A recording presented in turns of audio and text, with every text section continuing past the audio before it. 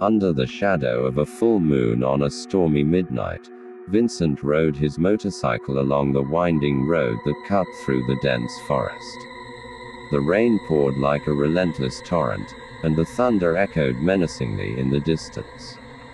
He could barely see the path ahead, but he had to keep going. He was desperate to reach his family in the neighboring town. As Vincent pressed on, a chilling sensation crawled up his spine. He felt an eerie presence lurking in the darkness, watching his every move. The forest seemed alive with malevolence, and the once familiar surroundings now appeared menacing and unfamiliar. He couldn't shake the feeling that he was being followed. In the midst of the storm, Vincent saw a faint glimmer of light ahead. Hope surged within him as he approached what seemed to be a lone house in the woods. The porch light flickered eerily, beckoning him closer. Cautiously, he parked his motorcycle and approached the weathered house. The door creaked open before Vincent could knock. A frail figure stood in the doorway, her face obscured by the shadows.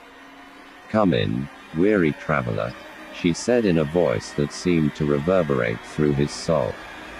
Hesitant but drawn to the warmth within, Vincent stepped inside. The air was heavy with the scent of decay, and the walls were adorned with haunting portraits.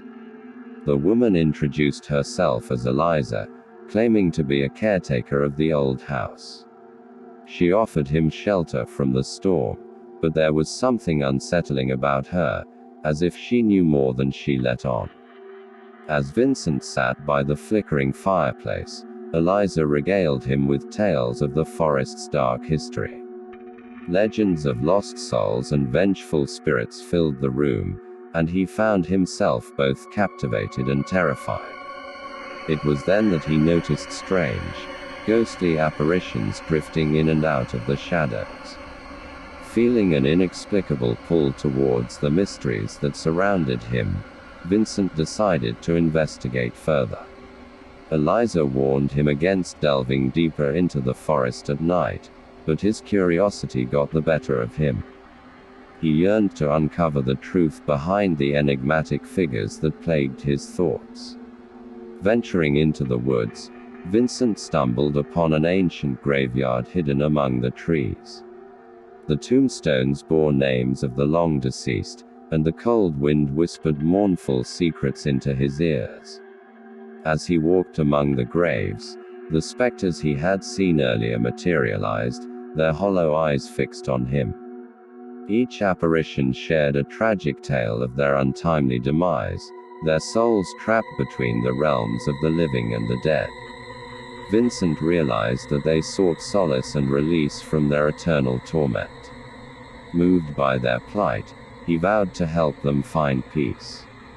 The deeper he delved into the forest's secrets, the more he learned of the malevolent force that held the spirits captive.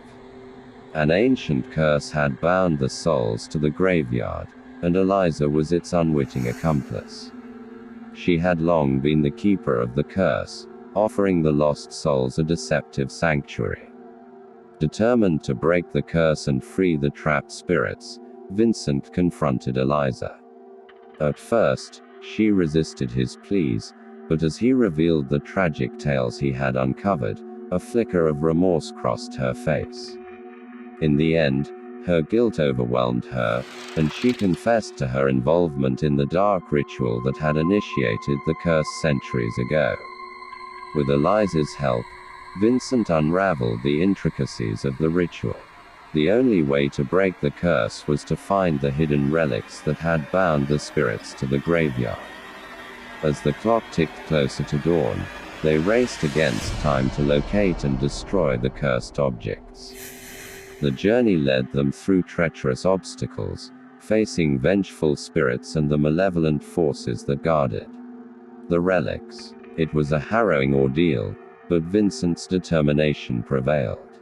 At last, they found the final relic and shattered it, releasing the spirits from their eternal torment. As the first rays of dawn broke through the thick canopy, the forest seemed to sigh in relief. The rain ceased, and the storm clouds dissipated, leaving behind a peaceful tranquility. The souls of the departed ascended into the light, grateful for their newfound freedom. Vincent bid farewell to Eliza, who vowed to live the rest of her days atoning for her past deeds. With a heavy heart and a renewed sense of purpose, he rode his motorcycle back towards the road. The forest that once seemed threatening now appeared tranquil and serene. As he left the cursed forest behind, Vincent couldn't shake the feeling that he had experienced something otherworldly, something beyond comprehension. The memories of that eerie night would stay with him forever, a reminder of the thin line that separated the living from the dead and the delicate balance between light and darkness.